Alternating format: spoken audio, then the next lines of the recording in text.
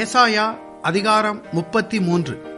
கொள்ளையிடப்படாதிருந்தும் கொள்ளையிடுகிறவனும் துரோகம் பண்ணாதிருக்கிறவர்களுக்கு துரோகம் பண்ணுகிறவனும் ஆகிய உனக்கு ஐயோ! நீ கொள்ளையிட்டு முடிந்த பின்பு கொள்ளையிடப்படுவாய். நீ துரோகம் பண்ணி தீர்ந்த பின்பு உனக்கு துரோகம் பண்ணுவார்கள். கர்த்தாவே, எங்களுக்கு இரங்கும், உமக்கு காத்திருக்கிறோம். தேவரீர் காலையில் அவர்கள் புயமும் இக்கட்டு காலத்தில் எங்கள் இரட்சிப்புமாயிரும். அமளியின் சத்தத்தினாலே ஜனங்கள் அலைந்தோடி நீர் எழுந்திருக்கும் போது ஜாதிகள் சிதறடிக்கப்படுவார்கள். வெட்டுக்கிளிகள் சேர்க்கிறது போல உங்கள் கொள்ளை சேர்க்கப்படும்.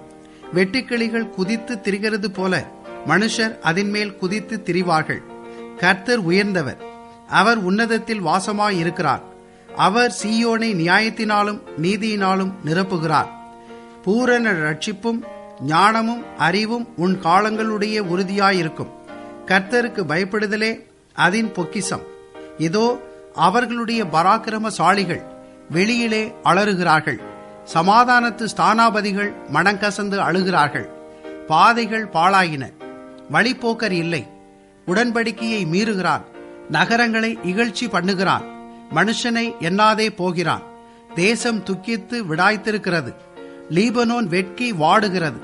சாரோன் வனாந்தரத்துக்கு ஒப்பாகிறது. பாசானும் கர்மேலும் பாழாக்கப்படுகிறது.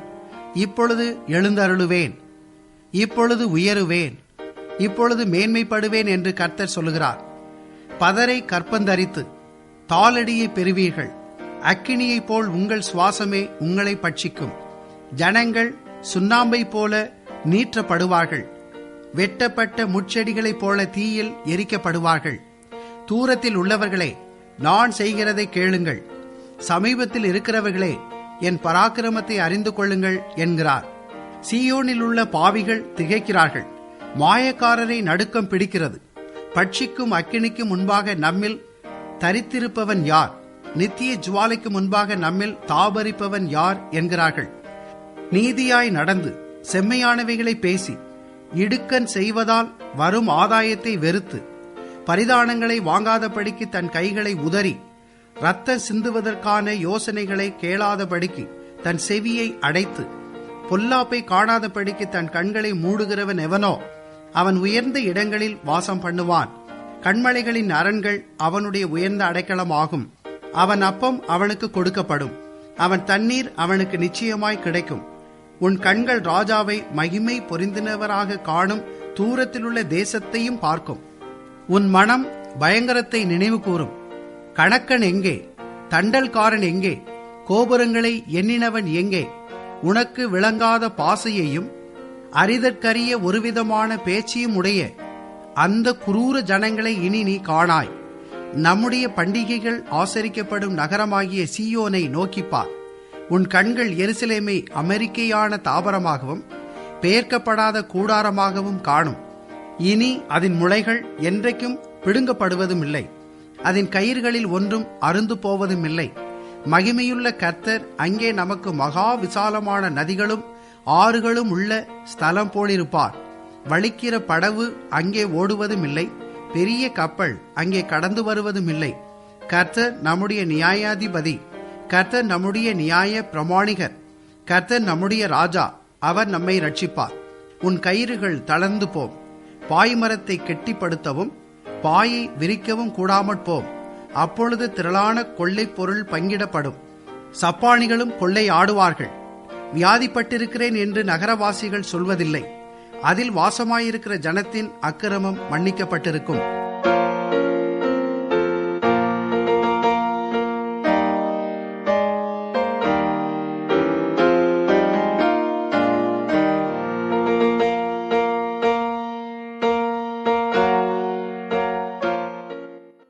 இப்பொழுது நாம் ஏசாயா 33 அதிகாரத்தை தியானிக்க போகிறோம். இந்த அதிகாரம் தேவனுடைய ஜனங்களை அழிக்கவும் தேசத்தை பாழுமாக்கவும் முயற்சிக்கிறவர்கள் மீது நியாய தீர்ப்பு கூறுகிறதா இருக்கிறது. இது அருகிலே அசீரியர்களை வரம்பு எல்லையாக கொண்டும் எதிர்காலத்திலே இறுதியான எதிரிகளை கணக்கிலே கொண்டும் சொல்லப்படுகின்ற தீர்க்க தரிசனம். இது புவியை மையமாக கொண்ட அதிகாரம். இதிலே நிலமே முக்கிய இடத்தை பெறுகிறது. பாருங்கள், ஏசாயா 33:1. கொள்ளையிடப்படாதிருந்தும் கொள்ளையிடுகிறவனும் துரோகம் பண்ணாதிருக்கிறவர்களுக்கு துரோகம் பண்ணுகிறவனுமாகிய உனக்கு ஐயோ! நீ கொள்ளையிட்டு முடிந்த பின்பு கொள்ளையிடப்படுவாய். நீ துரோகம் பண்ணி தீர்ந்த பின்பு உனக்கு துரோகம் பண்ணுவார்கள். ஏசாயா தீர்க்கதரிசி கூறும் விதம் இதுவேயாகும். மனிதன் பாவம் செய்ததிலிருந்து கர்த்தர் கொடுக்கின்ற ஆவிக்குரிய சத்தியங்கள் இந்த ஒரு விதத்திலே கொடுக்கப்படுகிறது. கலாத்தியர் 6:7 இது சிறப்பாக விளக்கப்பட்டுள்ளது. கவனிங்கள், வாசிக்கிறேன். கலாத்தியர் 6:7. மோசம் போகாதிருங்கள். தேவன் தம்மை பரியாசம் பண்ண ஒட்டார். மனுஷன் எதை விதைக்கிறானோ அதையே அறுப்பான். இங்கே கொள்ளையிடுகிறவன் என்று குறிக்கப்படுகிறவன் எசேக்கியா காலத்திலே எருசலேமிற்கு எதிராக வந்த சனகரிப்பை குறிக்கிறது. அநேக வேத வல்லுநர்கள் இந்த கருத்திலே ஒன்றுபட்டிருக்கிறார்கள். அதே வேளையில் இது அசீரியர்களை மட்டும் குறிப்பதோடு நின்றுவிடவில்லை. கர்த்தர் கூறுவது இதுதான்: நீங்கள் என் ஜனங்களை கொள்ளையிட்டீர்கள், நான் உங்களை கொள்ளையிடுவேன் என்று சொல்கிறார். தேவன் தம்முடைய ஜனங்களுக்காக பழி வாங்குகிறவர். எனவே நாம் பழி வாங்கக்கூடாது. நாம் தேவனிடத்திலே பிரச்சனைகளை விட்டுவிட வேண்டும். அவர் அதற்கு என்ன செய்ய வேண்டுமோ அதை செய்வார். அவர் உங்களை விட சர்வ வல்லமை உள்ளவர் என்பதை மறந்து விடாதிருங்கள். மேலும் இறுதி காலத்திலே உள்ள எதிராளிகளை குறித்தும் அவர்களை தேவன் பழி வாங்குகிறதை குறித்தும் சொல்லப்படுகிறது. இந்த கண்ணோட்டத்திலே இந்த ஜெபத்தை வருகிற வசனத்திலே நாம் பார்க்கிறோம். ஏசாயா 33:2. கர்த்தாவே, எங்களுக்கு இரங்கும், உமக்கு காத்திருக்கிறோம். தேவரீர் காலையில் அவர்கள் புயமும் இக்கட்டு காலத்தில் எங்கள் இரட்சிப்புமாயிரும். இது எதிர்காலத்திலே மீதியாக இருக்கப் போகும் தேவனுடைய ஜனங்களின் ஜெபமாகும். தொடர்ந்து 7-8 வசனங்களை பாருங்கள். இதோ அவருடைய பராக்கிரமசாலிகள் வெளியிலே அலறுகிறார்கள். சமாதானத்து ஸ்தானாபதிகள் மனம் கசந்து அழுகிறார்கள். பாதைகள் பாழாயின, வழிப்போக்கர் இல்லை. உடன்படிக்கையை மீறுகிறான். நகரங்களை இகழ்ச்சி பண்ணுகிறான். மனுஷனை எண்ணாதே போகிறான். இங்கே சமாதானத்து ஸ்தானாபதிகள் மனக்கசந்து அழுகிறார்கள் என்று பார்க்கிறோம். உலகத்திலே சமாதானத்தை கொண்டு வர வேண்டும் என்று எல்லா தலைவர்களும் முயற்சிக்கிறார்கள். ஆனால் அவை எல்லாமே தோல்வியையே தழுவுகின்றன என்பதை வரலாறு கூறுகிறது. அவ்வாறு மனிதர்களின் முயற்சிகள் வெற்றி பெற்றிருக்குமானால் இத்தனை போர்களை, யுத்தங்களை உலகம் சந்தித்திருக்காது. ஆம் பிரியமானவர்களே, நாம் சமாதானத்தை பற்றி பேசுகிறோம், அதற்கான முயற்சிகளை எடுக்கிறோம். ஆனால் தவறு எங்கே இருக்கிறது தெரியுமா? நாம் தேவன் விரும்புகிற வழிகளிலே, அவருடைய வழிகளிலே முயற்சிக்கிறதில்லை. ஏசாயா 33:13. தூரத்தில் உள்ளவர்களே, நான் செய்கிறதை கேளுங்கள். சமீபத்தில் இருக்கிறவர்களே, என் பராக்கிரமத்தை அறிந்து கொள்ளுங்கள் என்கிறார். இங்கே 2 விதமான குழு மக்கள் குறிப்பிடப்படுகிறார்கள். ஒன்று தூரத்தில் உள்ளவர்கள், இவர்கள் புறஜாதியார். மற்றும் ஒரு கூட்டம் சமீபத்திலே இருக்கிறவர்கள். இந்த கூட்டம் இஸ்ரவேலரை குறிக்கிறது. இவர்கள் இருவரும் தேவனை அறிந்து கொள்ளும்படியாக அழைக்கப்படுகிறார்கள். வசனம் 14. சீயோனிலுள்ள பாவிகள் திகைக்கிறார்கள். மாயக்காரரை நடுக்கம் பிடிக்கிறது. பட்சிக்கும் அக்கினிக்கு முன்பாக நம்மில் தரித்திருப்பவன் யார்? நித்திய ஜுவாலைக்கு முன்பாக நம்மில் தாபரிப்பவன் யார் என்கிறார்கள். சீயோனில் உள்ள பாவிகள் என்பது தேவ பக்தியற்ற இஸ்ரவேல் ஜனங்களை குறிக்கிறது. புறஜாதியாரிலே எவ்வாறு தேவ பக்தி இல்லாதவர்கள் காணப்படுகிறார்களோ அதே போல இஸ்ரவேலுக்குள்ளும் காணப்படுகிறார்கள். பட்சிக்கும் அக்கினி என்பதும் வெளிப்படுத்தின விசேஷத்திலே குறிப்பிடப்பட்டுள்ள அக்கினி கடலும் ஒன்றல்ல. ஆனால் எபிரேயர் 12:29 சொல்லப்படுவது போல நம்முடைய தேவன் பட்சிக்கிற அக்கினியாயிருக்கிறாரே. அவர் பரிசுத்தமான தேவன். அவர் அந்நாளிலே நியாயம் தீர்க்கப் போகிறேன் என்று சொல்லுகிறார். இன்று உலகத்திலே அநேக நாஸ்தீக இயக்கங்கள் இயங்கிக் கொண்டிருக்கின்றன. மேலும் மேலும் அவை பெருகிக் கொண்டிருக்கின்றன. எனவே நம்முடைய பொறுப்பு இன்னும் அதிகமாகிறது. தேவனுடைய வார்த்தையை எவ்வளவு அதிகமாக நாம் விதைக்க முடியுமோ அவ்வளவு அதிகமாக விதைக்க வேண்டியது அவசியமாகும். தேவன் நியாயம் தீர்க்க வரப்போகிறார். ஆகவே நாம் மக்கள் மீது கரிசனை கொண்டு அவர்களுக்கு தேவனுடைய வார்த்தைகளை கொடுக்க வேண்டியது நம்முடைய தலையாய கடமை. பிரியமானவர்களே, நியாய தீர்ப்பு என்பது அருமையான செய்தி அல்ல. அது நமக்கு நண்பர்களை கொண்டு வந்து சேர்க்காது. ஆனால் ஏசாயா கொடுக்கும் செய்தி அப்படிப்பட்டதே. ஏசாயாவின் செய்தி தேவனுடைய செய்தி. அதை எல்லாரும் கேட்க வேண்டும் என்று தேவன் விரும்புகிறார். ஏசாயா 33:15 நீதியாய் நடந்து செம்மையானவைகளை பேசி இடுக்கண் செய்வதால் வரும் ஆதாயத்தை வெறுத்து பரிதானங்களை வாங்காதபடிக்கு தன் கைகளை உதறி இரத்தம் சிந்துவதற்கான யோசனைகளை கேளாதபடிக்கு தன் செவியை அடைத்து பொல்லாப்பை காணாதபடிக்கு தன் கண்களை மூடுகிறவன் எவனோ? இங்கே நீதியாய் நடந்து என்று சொல்லப்படுவது இயேசு கிறிஸ்துவின் மேலே விசுவாசம் வைப்பதால் நீதிமானாக்கப்பட்டவர்களை குறிக்கிறது. அந்த பயங்கரமான நாட்களிலே பாவம் பெருகின இடத்திலே கிருபை அதிகமாக பெருகுகிறதையும் நாம் காண முடியும். இதனை அடுத்துள்ள வசனங்களிலே நாம் 4வது பிரிவிற்கு வருகிறோம். இங்கே அவர்கள் இறுதியான விடுதலைக்காக தேவனை துதிப்பதை பார்க்கலாம்.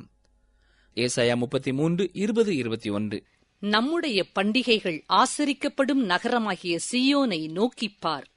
உன் கண்கள் எருசலேமை அமெரிக்கையான தாபரமாகவும் பெயர்க்கப்படாத கூடாரமாகவும் காணும். இனி அதன் முளைகள் என்றைக்கும் பிடுங்கப்படுவதுமில்லை, அதன் கயிறுகளில் ஒன்றும் அருந்து போவதுமில்லை. மகிமையுள்ள கர்த்தர் அங்கே நமக்கு மகா விசாலமான நதிகளும் ஆறுகளும் உள்ள ஸ்தலம் போலிருப்பார். வலிக்கிற படகு அங்கே ஓடுவதுமில்லை, பெரிய கப்பல் அங்கே கடந்து வருவதும் இல்லை. பாபிலோன் தனக்குள்ள யூப்ரட்டிஸ் நதியை குறித்தும், அசீரியா டைகிரிஸ் நதியை குறித்தும், எகிப்து நைல் நதியை குறித்தும் பெருமை பாராட்ட முடியும். ஆனால் எருசலேம் எந்த பக்கமும் நிலத்தால் சூழப்பட்ட பகுதி. இங்கே நதிகளும் துறைமுகங்களும் இல்லை.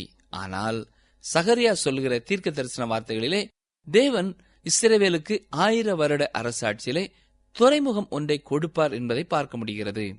சகரியா 14:4-8 வரையுள்ள வசனங்களை வாசித்து பாருங்கள். சகரியா கூறுவது போல பூமி அதிர்ச்சியினாலே இது உண்டாகும் என்று நம்பலாம். எனவே 1000 வருட அரசாட்சியிலே எருசலேமில் துறைமுகம் உண்டாயிருக்கும். இந்த தீர்க்க தரிசன நிறைவேறுதலால் ஆவிக்குரிய ஆசீர்வாதங்களும் உண்டாகும். மகிமையுள்ள கர்த்தர் அங்கே நமக்கு மகா விசாலமான நதிகளும் ஆறுகளும் உள்ள ஸ்தலம் போலிருப்பார். அதாவது கர்த்தரே அவர்களின் பாதுகாப்புக்கும் ஆசீர்வாதத்திற்கும் ஆதாரமாக இருப்பார். ஏசாயா 33:24 வியாதிப்பட்டிருக்கிறேன் என்று நகரவாசிகள் சொல்வதில்லை, அதில் வாசமாயிருக்கிற ஜனத்தின் அக்கிரமம் மன்னிக்கப்பட்டிருக்கும். ஒரு மகிமையான எதிர்காலம் எருசலேமிற்கு வைக்கப்பட்டிருக்கிறது. விசுவாச கண்கள் எப்பொழுதும் இப்பொழுது இருக்கின்ற கடுமையான சூழ்நிலையை தாண்டி மகிமையான எதிர்காலத்தையே பார்க்கும். அப்பொழுது எருசலேமில் ஒரு ராஜா வீற்றிருப்பார். சமாதான பிரபு அப்பொழுது பூமிக்கு சமாதானத்தை கொண்டு வருவார். நிகழ்ச்சியை கேட்டுக்கொண்டிருக்கிற அருமையான சகோதரனே, சகோதரியே, நம்முடைய வாழ்க்கையிலேயும் இன்றைக்கு ஒருவேளை நம்பிக்கையற்ற ஒரு நிலைமையிலே நாம் இருப்போம் என்றால், நம்முடைய அடைக்கலமான இயேசு கிறிஸ்துவுக்குள்ளே நம்மை அர்ப்பணம் செய்வோம். அவரே நமக்கு அரணும் கோட்டையும் அடைக்கலமுமாயிருப்பார். அது மட்டுமல்ல, வரும் நாட்களிலே அவரே நமக்கு சமாதானத்தையும் சந்தோஷத்தையும் கொடுக்க வல்லமை உள்ளவர். அந்த 1000 வருட அரசாட்சியின் போது அவர் உலகம் முழுவதற்கும் சமாதானத்தை கொடுக்க அவர் வருகிறவராயிருக்கிறார். அவருடைய வருகையை எதிர்பார்த்து காத்திருக்கிற நாமும் அவருக்கு பயப்படுகிற பயத்தோடு, அவரை நேசிக்கிற அன்போடு, அவருக்கு பிரியமான ஒரு வாழ்க்கை வாழ அவர் நம்மை அழைக்கிறார். நம்மை நாமே சற்று சிந்தனை செய்து நம்முடைய வாழ்க்கையை பரிபூர்ணமாய் ஆண்டவருடைய கரத்திலே ஒப்படைப்போமா? ஜெபம் செய்வோம். எங்களை நேசிக்கிற எங்கள் நல்ல ஆண்டவரே, இந்த நல்ல நாளுக்காக நாங்கள் தாழ்மையோடும் முழு இதயத்தோடு உமக்கு ஸ்தோத்திரம் செலுத்துகிறோம். இன்று நாங்கள் ஜீவனோடு இருந்து இந்த நிகழ்ச்சியை கேட்பது உம்முடைய சுத்த கிருபை ஐயா. உம்முடைய வருகையை குறித்து பல முறை எங்களுக்கு எச்சரிப்பின் செய்தியை கொடுத்து கொண்டே இருக்கிறீர். நீர் நீதியுள்ள நியாயாதிபதியாக வருவீர் என்பதை ஒருமுறை கூட நாங்கள் கேட்டோம். எங்களுடைய மரணத்திற்கு பின் அந்த நியாய தீர்ப்பு இருந்தாலும் உம்முடைய நியாய தீர்ப்பிலே நாங்கள் நிற்கும் பொழுது நாங்கள் சரியானபடி உமக்கு மறு உத்தரவு சொல்லத்தக்கதாக இந்த உலகத்திலே இருக்கும் நாட்களிலேயே நீர் இலவசமாய் கொடுக்கிற பாவ மன்னிப்பை நாங்கள் பெற்றுக்கொள்ளவும் ஏற்றுக்கொள்ளவும் உம்முடைய ரட்சிப்பை பரிபூர்ணமாய் எங்களுடைய வாழ்க்கையிலே அனுபவிக்கவும் எங்களை தாழ்த்தி தருகிறோம். எங்களிலே யார் யார் இன்னும் எந்தெந்த காரியங்களிலே உம்மை கிட்டி சேர வேண்டுமோ, உம்மை மட்டுமே நம்ப வேண்டுமோ, அப்படியே நம்ப எங்களுக்கு உதவி செய்யும். எங்களுக்கு தகாத காரியங்களை நடப்பிக்கிற மனிதர்களை குறித்து நாங்கள் எரிச்சல் அடையாதபடி பதில் செய்வது கர்த்தருடைய பொறுப்பு என்று உம்முடைய கரத்திலே விட்டுவிட எங்களுக்கு உதவி செய்யும். அத்தகைய அளவு உம்மை நம்பக்கூடிய தைரியத்தை நீரே எங்களுக்கு தாரும். மீட்பர் இயேசு கிறிஸ்துவின் நாமத்தினாலே மனத்தாழ்மையோடு வேண்டிக் கொள்கிறோம் பிதாவே, ஆமென்.